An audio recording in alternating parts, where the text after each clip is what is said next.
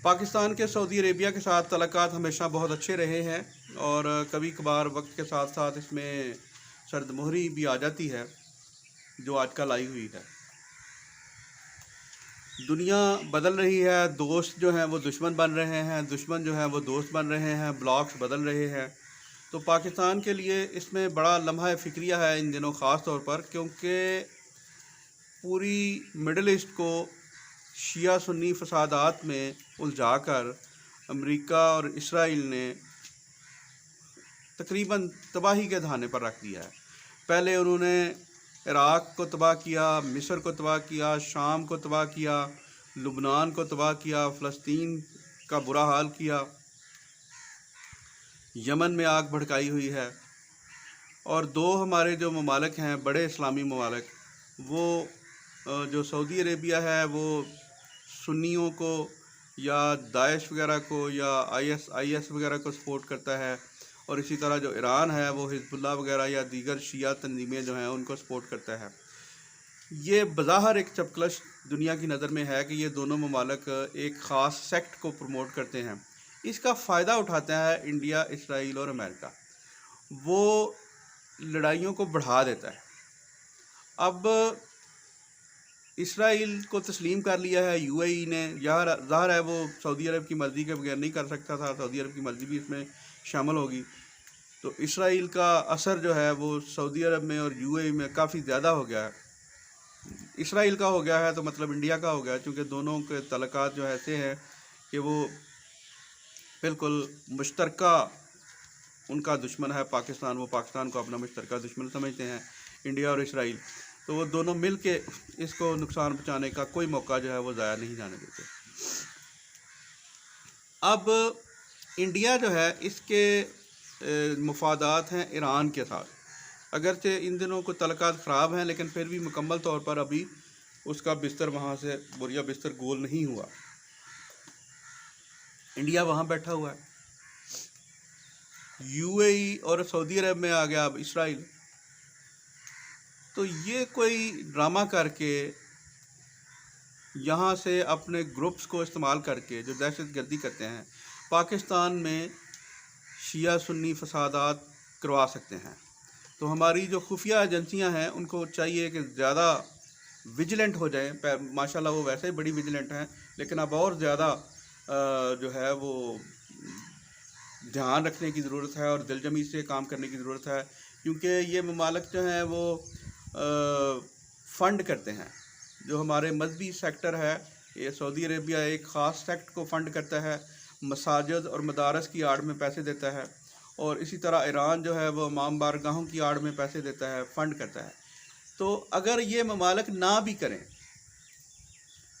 ये इसराइल और India in ममालिक से अपने एजेंट्स के ज़रिए ये काम करवा सकते हैं। तो लिहाजा पाकिस्तान में जो ये अशूरा है, मुहर्रम अल हराम आने को है, इस पे सबसे बड़ा ख़तरा है। हालांकि पाकिस्तान में इन्होंने बड़ी कोशिश की पहले शिया सुन्नी फसादात करवाने में, अल्लाह का शुक्र है कि अब तक कामयाब नहीं हो सके।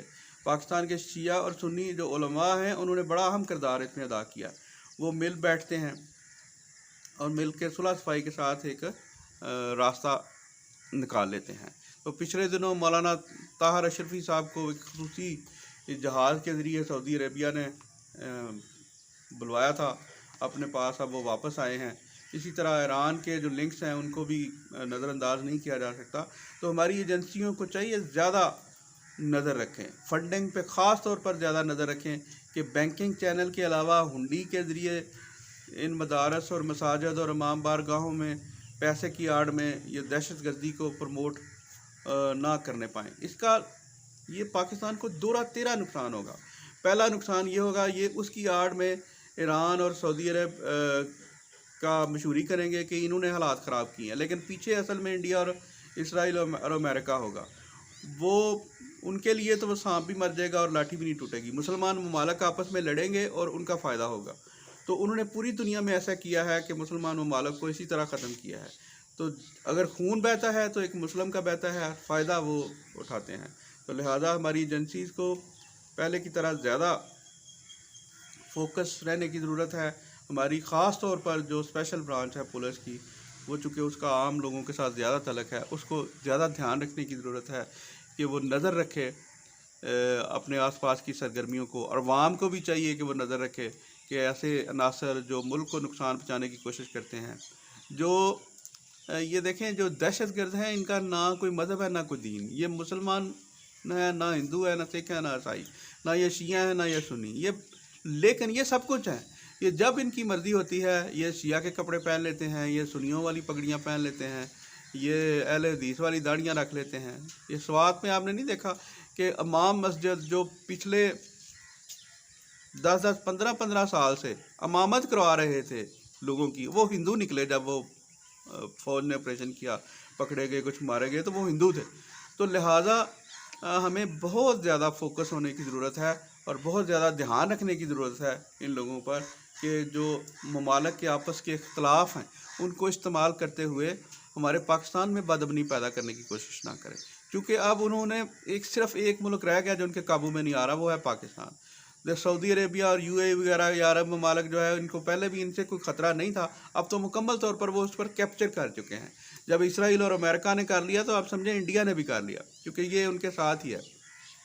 ये 3 शैतानी अलफ़ हैं, इंडिया, अमेरिका और इसराइल। तो ये मिल के जो है वो मुसलमानों को नुकसान पहुँचाने की कोशिश कर रहे हैं। अल्लाह ताला से भी दुआ है कि अल्लाह हमें इनके शर से महफूज रखे, और हमें ख़ुद भी अपना ध्यान जो है वो रखना चाहिए। अवाम को भी रखना चाहिए, एजेंसीज़ को भी रखना चाहिए, हमारी फ़ौज को भी रखना चाहिए, हुकूमत को भी रखना चाहिए। अल्लाह ताला से दुआ है कि जिस तरह पहले अमन के साथ हमारा ये गुज़रता है मुहर्रम अल हराम, तो ये भी अमन के साथ गुज़रे, इसमें से कोई शर ना निकले, खैर ही निकले।